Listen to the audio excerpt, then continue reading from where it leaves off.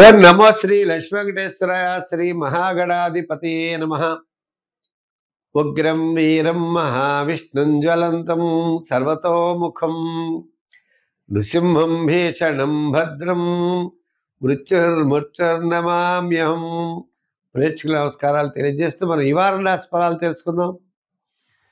ఈ వారం అంటే 5-10-2025 నుంచి 11-10-2025 వరకు ఉన్న గ్రహాల యొక్క పరిస్థితిని అనుసరించి రాశి ఫలాలు తెలుసుకుందాం. మనం మీనరాశి, మేషరాశి, వృషభ రాశిలో చంద్ర సంచారం ఉంటుంది. కన్యారాశిలో రవి ఉంటాడు.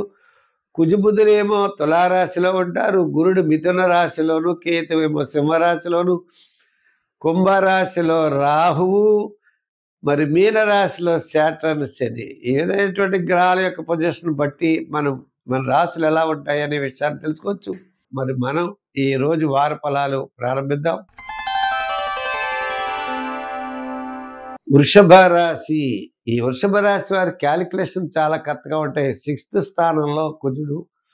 అలాగే స్థిరాస్తి వ్యవహారాలు, సోదరవర్గ సహాయ సహకారాలు, ఆర్థిక సంబంధమైన వ్యవహారాల్లో కాస్త అనుకూలమైన మార్పులు ఉంటాయి. అంటే గతం నుంచి అమ్మాలనుకునే అమ్మలేకపోవడం, ఇప్పుడు అమ్మడం, క్రయ విక్రయాదులు కొనడం, ఇటువంటివన్నీ కూడా జరిగే అవకాశాలు ఉన్నాయి. ఆత్మస్థైర్యం ఉంటుంది, క్యాలిక్యులేషన్స్ ఉంటాయి.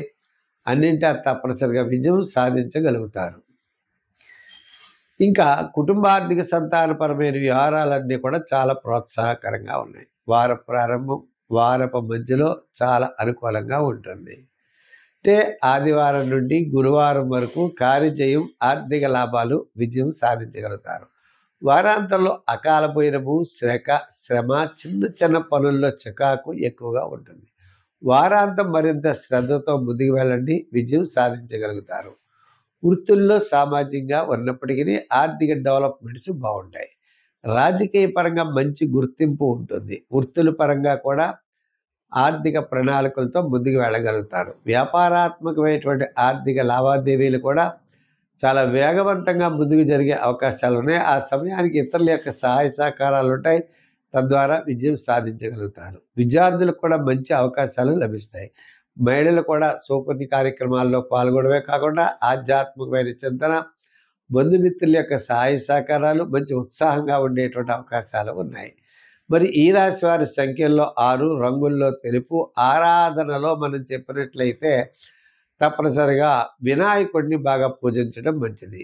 వినాయకుడిని పూజిస్తూ గణపతి యొక్క ఆరాధన చేయడం, గణపతి యొక్క ఆరాధన చేస్తూ బుధవారం వినాయకుడికి ఉండ్రాళ్ళు నైవేద్యం పెట్టడం ద్వారా విశేషమైనటువంటి ఫలితం ఉంటుంది.